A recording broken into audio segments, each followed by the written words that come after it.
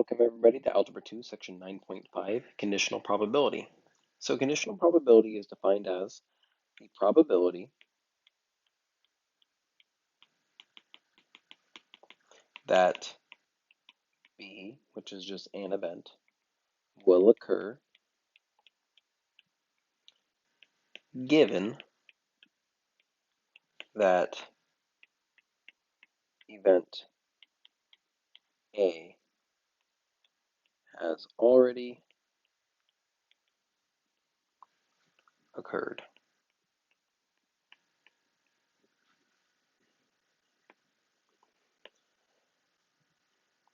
So we're saying something else has already happened. So what's the odds of this thing happening?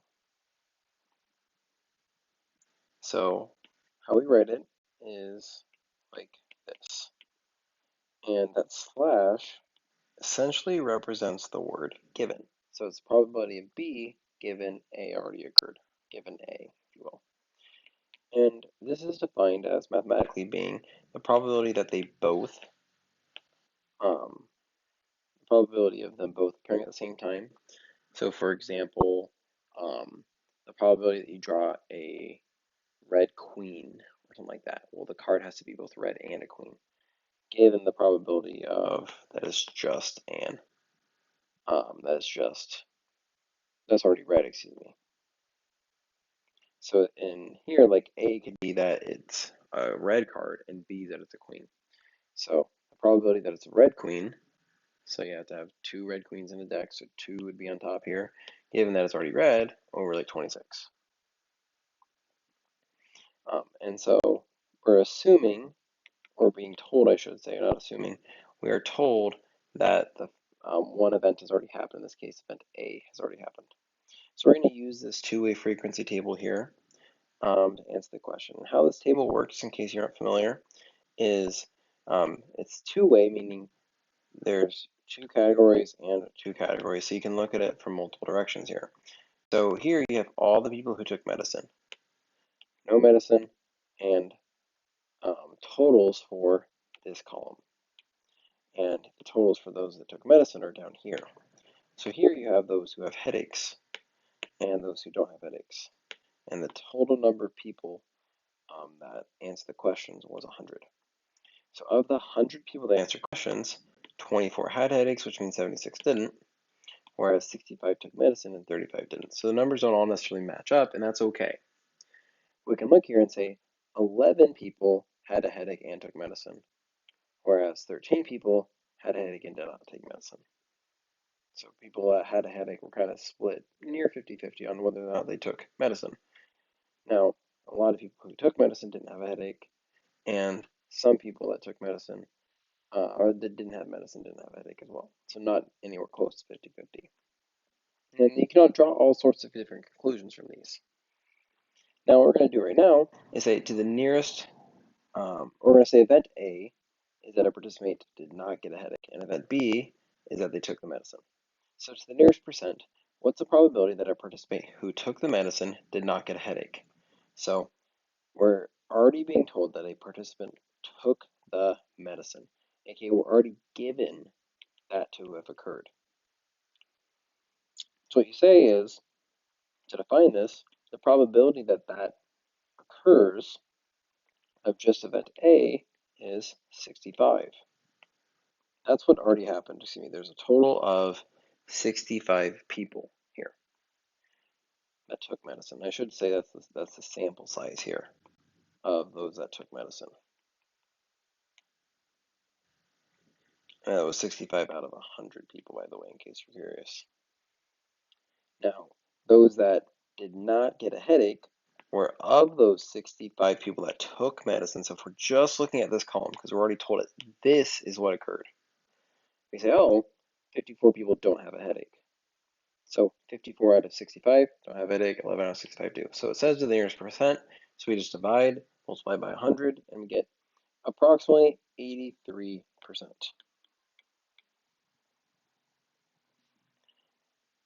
Next one, I want you to try it. To the nearest percent, what's the probability that a participant did not get a headache, or a participant who did not get a headache took the medicine? So this time, we're given that a participant did not get a headache. So that is what it's given. Meaning when we're looking at our rows and columns, we're going to look at the no headache one only, because that's the condition that we're given already. We're told that already occurred. So of those people, which are 76 people, how many of them took the medicine? Well, how many of those took medicine? 54 out of those 76. And it happens to be the same 54 as before. So then we also do here 54 divided by 76, multiplied by 100, and you get to the nearest percent, 71%. So as we can see here, 80% likelihood on example 1A, to where a participant that took medicine did not get a headache. And on example 1B, we can see that, hey, participants that did not get a headache, 71% of them did take the medicine. So high correlation there between taking the medicine and not getting headaches.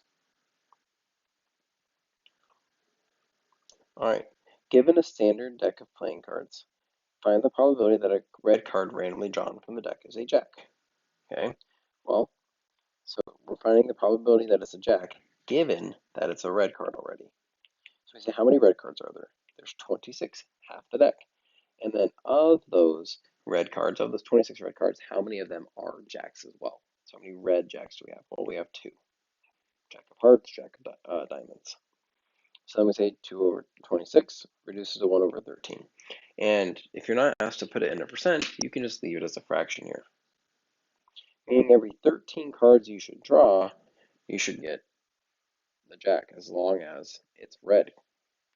So every 13 red cards you draw, I should say, you should get a jack.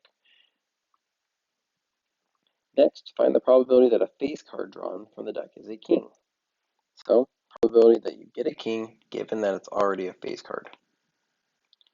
And so we say, how many face cards are there in the deck? Well, there's 12 face cards in the deck. Face cards are defined as king, jack, and queen. Ones that quite literally have a face on them. And so we have 4 suits, 3 cards in each suit, that's 12 cards. And of those 12 face cards, we say, well, 4 of them are kings, 1 from each suit. So it means we have 1 out of every 3 face cards is a king.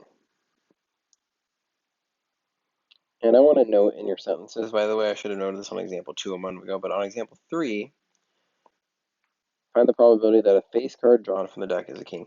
That a face card drawn from the deck. That's being told that, hey, we're given that is happening, or that has happened. In the previous one, given a standard deck of playing cards, given is not your keyword there, believe it or not, because it's not the condition of what event occurred. You find the probability that a red card randomly drawn from the deck is a jack. So we're already told, hey, the card's red. So we're given that info. That instantly cuts it in half. Example 4. I'm going to try example 4, A, B, and C on your own.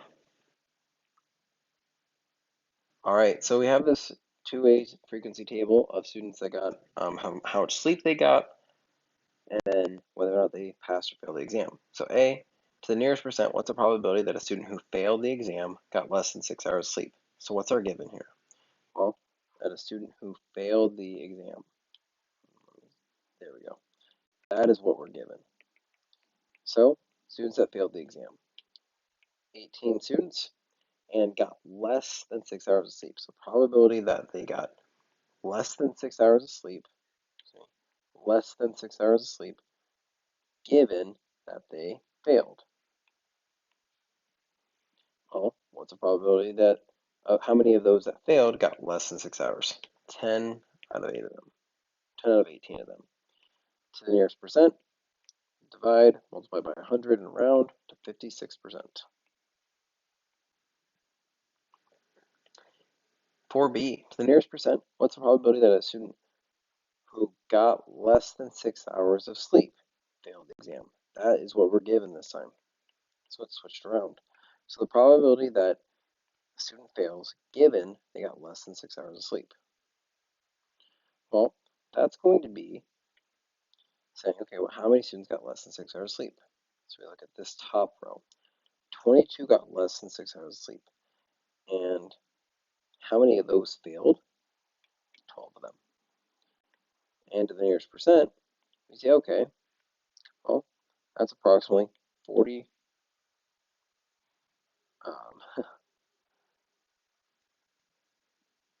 Oh, I should note, sorry, I said 12. That is 10 students. I was looking at the other one where we were saying students that got less than 6 hours sleep passed the exam. So I was looking at this column instead of this column. My apologies on that. So it should have been 10 over 22. Hopefully you caught that. And that ends up being approximately 45%.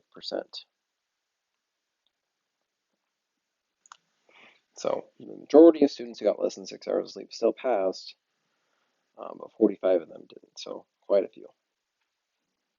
Whereas before we can see, hey, a slight majority of those who failed got less than 6 hours. And then last but not least, to the nearest percent, what's the probability that a student got less than 6 hours of sleep and failed the exam? So we're not actually having one, no, there's nothing given here, my apologies. It's and. So it's not given this, that a student that did this, that a student does both. So this is the probability of failing and getting less than 6 hours of sleep. So we have to go back to the total of 120. This is a different one than the previous one, so this one was probably tricky for you guys. And then we say, okay, where's the overlap between failing and getting less than 6 hours? Well, the overlap is right here at 10. So 10 out of 120 students that took the exam both failed and got less than 6 hours of sleep. So to the nearest percent, only 8% of the students match that criteria. That means the other 92% of the students didn't both fail and get less than 6 hours of sleep. They could have done one or the other or neither.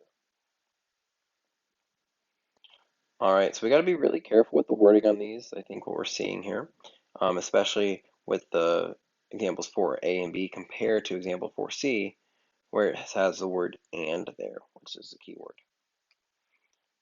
That is all for section 5 today.